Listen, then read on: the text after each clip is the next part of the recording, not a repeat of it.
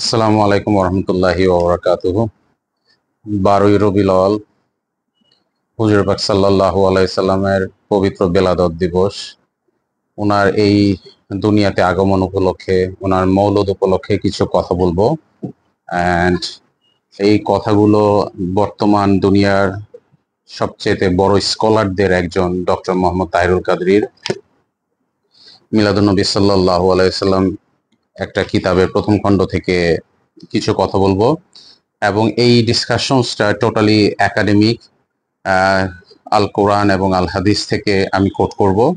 এটা আমার কোনো ব্যক্তিগত কথা না, একান্তই রিসার্চের উপর বেসড করে আমার পড়াশোনা থেকে আমি কিছু জিনিস শেয়ার করব। আল্লাহ রসুল সাল্লাল্লাহু আলাইহি সাল্লাম 12ই রবিউল আউয়াল দুনিয়াতে এসেছেন মা আমেনার ঘরকে আলোকিত করে, এবং এটা একটা চমৎকার আনন্দের দিন। জাস্ট একটু চিন্তা করেন, যখন আমাদের বাচ্চারা দুনিয়াতে আসছে আমরা কতটা আনন্দিত হই। বাচ্চা যখন দুনিয়াতে আসে সেই বাচ্চার কানে আমরা আজান দিই, সেই বাচ্চার আসার আগমন উপলক্ষে আমরা সবাইকে মিষ্টি খাওয়াই, অনেক সেলিব্রেট করে আমরা আনন্দে আত্মহারা হয়ে যাই। বর্তমান পৃথিবীতে 1450 বছর আগে এই উম্মি নবী আল্লাহ রসুল সাল্লাল্লাহু আলাইহি সাল্লাম, আল্লাহর মাহবুব বন্ধু দুনিয়াতে আসলেন। এটা আমাদের জন্য কত আনন্দ। সেই আনন্দের দিনে কিছু কথা আপনাদের সাথে শেয়ার করব, এবং অনেক বড় একজন স্কলারের রিসার্চ থেকে। তো চলেন শুরু করি। আসসালামু আলাইকুম ওরহমতুল্লাহি ওয়াবারাকাতুহু। আউযু বিল্লাহি মিনাশ শাইতানির রাজিম। বিসমিল্লাহির রহমানির রহিম। মিলাদুন নবী সাল্লাল্লাহু আলাইহি সাল্লাম উপলক্ষে আল্লাহ রাব্বুল আলামিন আল কোরআনে সূরা ইউনূসের 18 নম্বর আয়াতে বলেছেন, কুল বিফাদলিল্লাহি ওয়া বিরহমাতিহি ফাবিযালিকা ফালিয়াফ ফালিয়াফকাহু হুয়া খায়রুম মিম্মা ইয়াজমাউন। হে আল্লাহর রাসূল, হে হাবিব, আপনি বলুন, আল্লাহ বলছেন, আল্লাহর অনুগ্রহ, তারই দয়া আপনাকে এই কুল কায়নাতের মাধ্যমে প্রেরণের মাধ্যমে সেটার উপর তাদের আনন্দ প্রকাশ করা উচিত, তা তাদের সমস্ত ধন দৌলত অপেক্ষা শ্রেয়।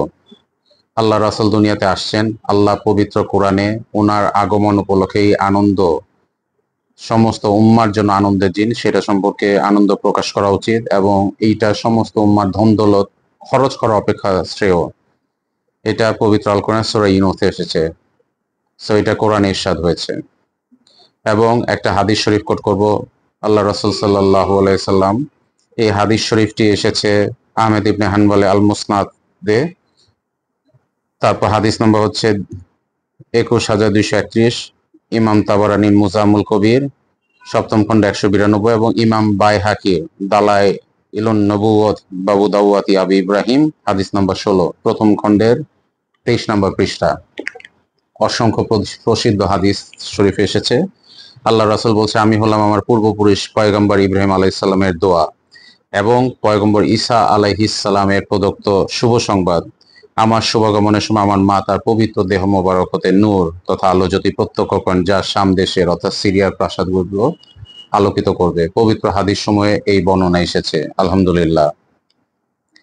পয়গম্বর আলাইহিস সালামদের মধ্যে সমস্ত নবী রাসূলগণের মধ্যে আল্লাহ রাসূল সাল্লাল্লাহু আলাইহি সাল্লাম সর্বশ্রেষ্ঠ। এইটা এই 1450 বছরে সমস্ত দলমত নির্বিশেষে সবাই একমত। এবং আল্লাহ রাব্বুল আলামিন কোরআনে বলেছেন, ওয়ামা আরসালনাকা ইল্লা রাহমাতাল লিল আলামিন। হে হাবিব, আমি আপনাকে মানব জাতির মধ্যে রহমত স্বরূপ প্রেরণ করেছি। আমরা প্রতি ওয়াক্ত নামাজে সূরা ফাতিহাতে পড়ি আলহামদুলিল্লাহি রাব্বিল আলামিন। আমরা প্রশংসা করি আল্লাহ আপনার, যিনি রব্বুল আলামিন। এটা আমি বারবার বলেছি, আপনারা ইবনে কাসিরের কোরআনে যে তাফসির সে খণ্ডে পাবেন। আলামিন বলতে কি বোঝায়, এক এক সাহাবার বর্ণনা থেকে এসেছে। 26,000 থেকে 40,000 পর্যন্ত আলম। পৃথিবী হচ্ছে একটা আলম, সেরকম শত শত হাজার হাজার আলম। সুবহানাল্লাহ, এটা চিন্তার বাইরে। এটা কত বড় আল্লাহ, কত বড়। আমার আপনার রিজিক যোগায়, আমার আপনার সৃষ্টিকর্তা সেই আল্লাহ হচ্ছে রব্বুল আলামিন। সেই আলামিনের যে বাউন্ডারি তার রব। এবং আল্লাহ বলছেন, আমার রাসূল, আমার হাবিব রহমাতুল লিল আলামিন। সমস্ত আলামিনের রব আল্লাহ, সমস্ত আলামিনের রহমত হচ্ছে আল্লাহ রাসূল সাল্লাল্লাহু আলাইহি সাল্লাম। সেই রাসূল দুনিয়াতে এসেছেন আপনি বেদাতের ফতোয়া না করে মন থেকে আপনি আল্লাহ রাসূল সাল্লাল্লাহু আলাইহি ওয়াসাল্লাম দুনিয়াতে 9 রবিউল আউয়াল বা 12 রবিউল আউয়াল বিভিন্ন ইখতিলাফ আছে, বাট 12 রবিউল আউয়াল সমস্ত মুসলিম জাহানের বড় বড় স্কলাস্টিক আইম্মায়ে কেরাম, স্কলাস্টিক বডি, তারা এতে একমত। তো তাতে 2-4 জন তাদের রিসার্চ থেকে কিছু পেলে সেটা দোষের কিছু না, কিন্তু সেটা না মেনে উম্মতের বড় স্কলাস্টিক বডি যেটা মানছে সেটাই মানতে হবে, বেসড অন আল কোরআন এবং হাদিস। আমরা যেন এই ইউটিউবের যুগে, এই গত 5-10 বছরে ইউটিউব, টিকটক, ফেসবুকের জাস্ট কিছু মিম, জাস্ট কিছু স্ট্যাটিক পোস্ট যেগুলি কোনো রেফারেন্স নাই, সেগুলি ফলো করে আমরা একটা বিভ্রান্ত ছড়াচ্ছি। তো আল্লাহর দরবারে লাখো কোটি শুকরিয়া। আমি গত লম্বা সময় ধরে 5 বছর ধরে জানার বোঝার চেষ্টা করছি। এখানে আকাইদি একটা আন্ডারস্ট্যান্ডিং আছে, জুরিসপ্রুডেন্স একটা আন্ডারস্ট্যান্ডিং এর ব্যাপার আছে। আমরা যেন পড়ি, আমরা সহনশীল হই এবং আমরা যেন পয়েন্ট অফ ডিফারেন্সটাকে রেসপেক্ট করি, বাট আল কোরআন এবং হাদিসটা যেন পড়ে আমরা ডিসকাশনস করি। এখানে একটা চমৎকার আলোচনা করব। আল্লাহ রাসূল সাল্লাল্লাহু আলাইহি ওয়াসাল্লাম দুনিয়াতে যখন আসছেন, সেই আনন্দে আবু লাহাবের মতো কাফের মুশরিক প্রতি সপ্তাহে সোমবারে তার জাহান্নামের আগুনের শাস্তি থেকে তার শাস্তি লাঘব করা হয়। সুবহানাল্লাহ। এটাই বুখারী শরীফের রিওয়ায়াতে আছেন।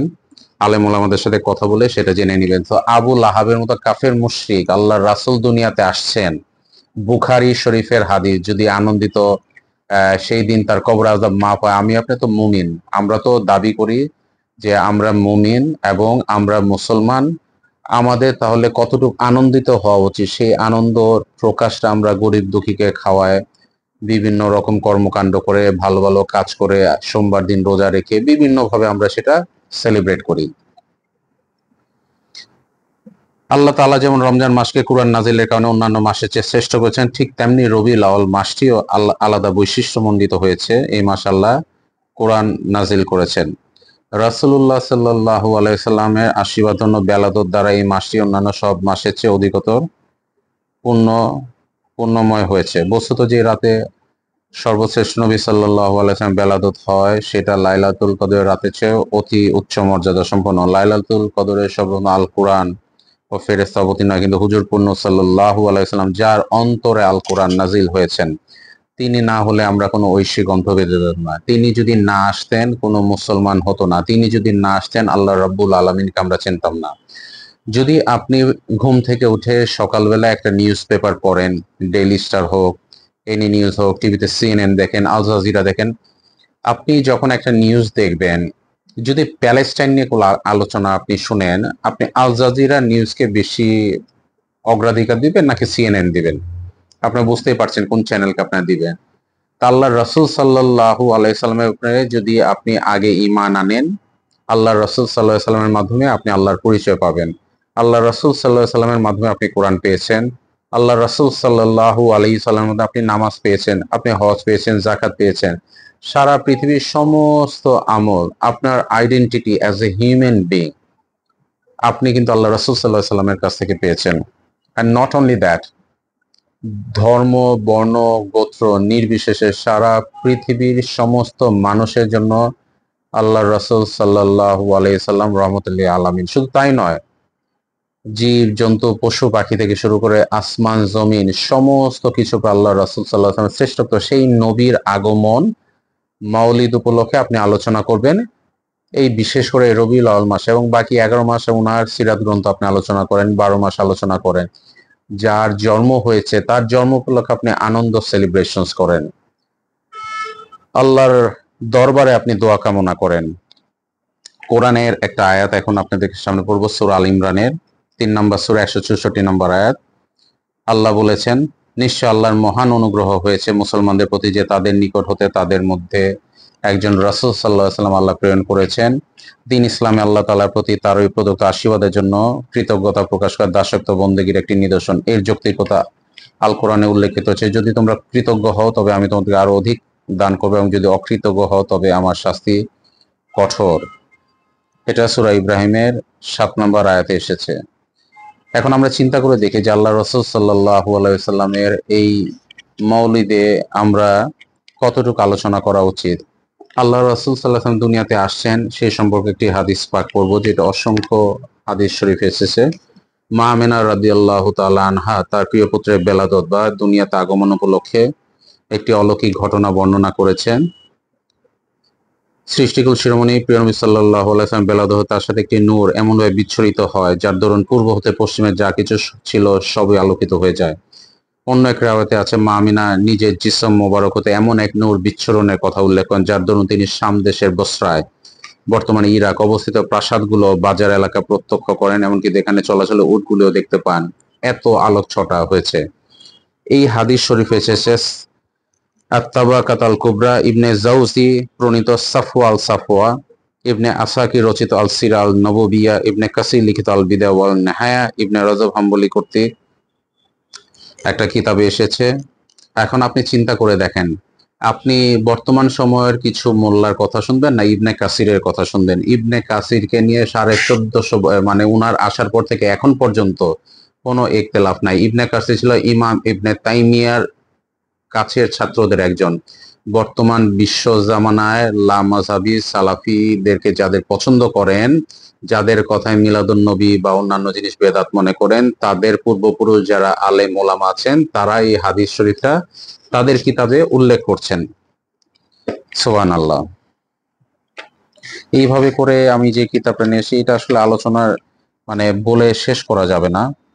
এই আল্লাহ রাসূল সাল্লাল্লাহু আলাইহি সাল্লামের এই বেলাদত উপলক্ষে অসংখ্য অগণিত আলোচনা আছে। আমি এখন আম্বিয়া আলাইহিস সালামের মাউলিদের তাৎপর্য আলোচনা করি।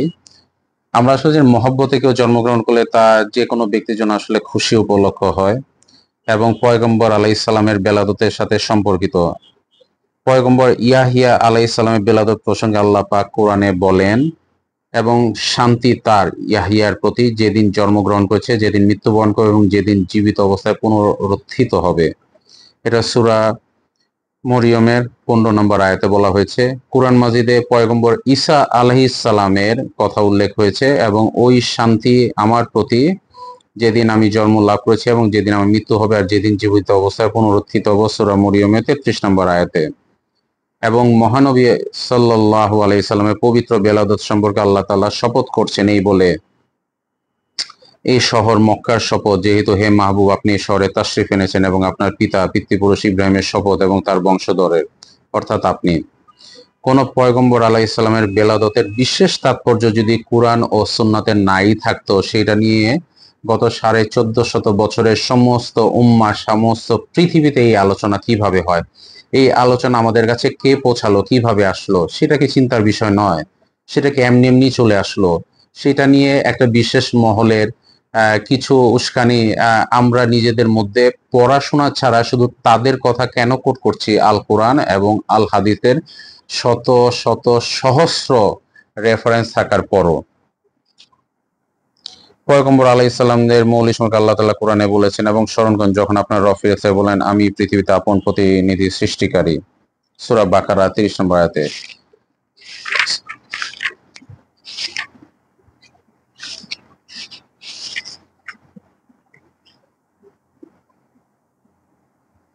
আল্লাহ রাব্বুল আলামিন কোরআনে বলেছেন সূরা তাওবার 128 নম্বর আয়াতে, নিশ্চয়ই তোমাদের কাছে তাশরিফ এনেছেন তোমাদের মধ্যে হতে ওই রাসূল যার কাছে তোমাদের দুঃখ দুর্দশা কষ্টদায়ক, তোমাদের কল্যাণ অতি মাত্রায় যিনি কামনাকারী, মুসলমানদের প্রতি পূর্ণ দয়াদ্র এবং দয়ালু। তারপর আল্লাহ রাব্বুল আলামিন বলেন সূরা আম্বিয়ার 107 নম্বর আয়াতে, ওয়া মা আরসালনাকা ইল্লা রাহমাতাল লিল আলামিন, এবং আমি আপনাকে সমগ্র জগতের জন্য রহমত স্বরূপ প্রেরণ করেছি। আল্লাহ রাসূল সাল্লাল্লাহু আলাইহি সাল্লামের মৌলিদ উপলক্ষে অসংখ্য অগণিত আলোচনা, এবং পরিশেষে আমি বলবো আল্লাহতে বিশ্বাসের আগে রাসূলুল্লাহ সাল্লাল্লাহু আলাইহি ওয়াসাল্লামের প্রতি বিশ্বাস স্থাপনের অপরিহার্যতা। মহানবী হযরত মুহাম্মদ সাল্লাল্লাহু আলাইহি ওয়াসাল্লাম পবিত্র মুখ হতে যত কথা কোরআনে বাণী এসেছে তাতে কোনো সন্দেহ নেই। এতৎসত্ত্বেও আল্লাহ তাআলার ভালোবাসার সান্নিধ্য লাভ আর ইসলামের মৌলিক মতাদর্শ, আকীদা, বিশ্বাস, অনুশীলন, কর্মের মাধ্যমে আল কোরআন একটি শব্দ ব্যবহৃত হয়েছে যেটা হচ্ছে কুল। কুল মানে হচ্ছে আল্লাহ রাসূল সাল্লাল্লাহু আলাইহি ওয়াসাল্লাম। কোরআনে যত জায়গায় কুল এসেছে তার মধ্যে হে হাবিব আপনি বলুন মানব জাতি উপলক্ষে। এমত অবস্থায় এই একটি প্রশ্নের উদয় হয়, যেটা লেখক বলছেন এই নিয়ামত বরকত আশীর্বাদ যিনি মঞ্জুর করেছেন তিনি স্বয়ং আল্লাহ তাআলা। আর যাদের প্রতি এতে খুশি প্রকাশ করার কথা তারা তার বান্দা, তাহলে আল্লাহ পাক কেন মহানবী সাল্লাল্লাহু আলাইহি ওয়াসাল্লাম পবিত্র জবান মুবারক নিজের ইমানদার বান্দাদের আপন রহমত আশীর্বাদ উদযাপন করার আদেশ করেছেন? তিনি তো নিজেই তাদেরকে নির্দেশ দিতে পারতেন, যেমন তিনি আপন নিয়ামতের স্মরণ করতে নির্দেশ দিয়েছেন পূর্ববর্তী জাতিগুলোকে। এই প্রশ্নের খোদ উত্তর এই আয়াতটি বিদিত হয়েছে। এর দ্বারা ইমানদার মুসলমানদের দেখানো হয়েছে যে তারা এইসব রহমত আশীর্বাদ লাভ করেছে আল্লাহ রাসূল সাল্লাল্লাহু আলাইহি সাল্লামের মধ্যে। সুতরাং তার মিলাদ, মৌলুদ, মাউলিদ যাই বলেন, তার বেলাদত, তার আগমন উপলক্ষে আলোচনা অবশ্যই সওয়াবের কাজ। সূরা ইউনূস ৫৮ নম্বর আয়াতে দুটি ব্যাপারে খুশি উদযাপন করার কথা বলা হয়েছে। এগুলো হচ্ছে আল্লাহ তাআলার ফজল বা অনুগ্রহ এবং তার রহমত, দয়া। এখানে অনুগ্রহ, দয়া শব্দগুলো কেন আলাদাভাবে উল্লেখিত হয়েছে, এটা একটা বিশাল আলোচনা। কোরআনে আল্লাহ বারবার বলছেন, আমি আপনাকে সমগ্র জগতের জন্য রহমত রূপে প্রেরণ করেছেন।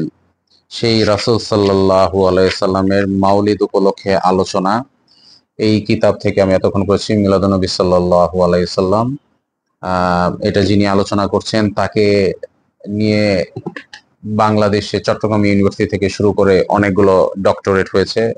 ডক্টর মোহাম্মদ তাইরুল কাবরি, যিনি সারা বিশ্বের একজন অন্যতম আলেমে দ্বীন, অনেক বড় স্কলাস্টিক বডি, যাকে মিশর, সিরিয়া হতে সৌদি আরব থেকে শুরু করে সমস্ত পৃথিবীতে তাকে একজন গুণী স্কলার হিসেবে উল্লেখ করা হয়, যিনি ১,০০০-এর অধিক কিতাব নিজের জীবদ্দশায় এখন পর্যন্ত দিনে খেদমত করে যাচ্ছেন, উনি লিখেছেন।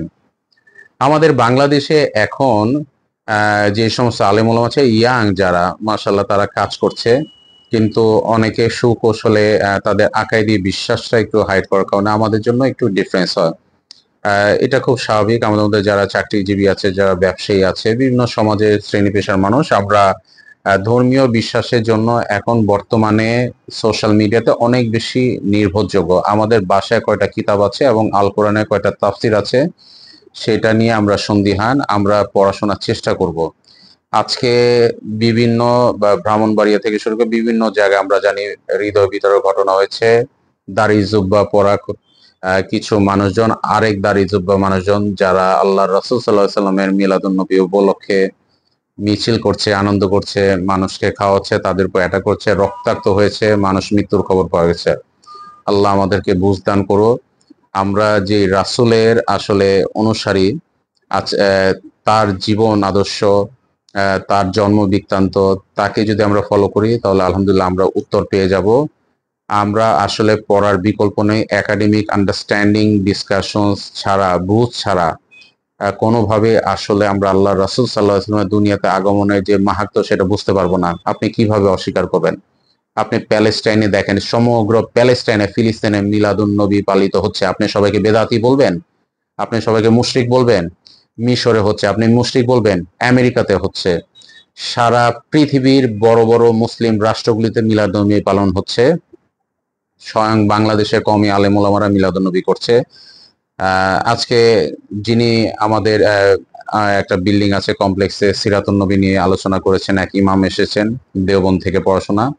সেই দেওবন্দ মাদ্রাসা যিনি প্রতিষ্ঠা করেছেন, হাজী এমদাদুল্লাহ মুহাজিরে মক্কি রহমতুল্লাহ আলাইহি, তিনি ঈদে মিলাদুন নবী সম্পর্কে কিতাব লিখেছেন, যাকে সাহেবে কাশ বলা হতো, আল্লাহর ওলি।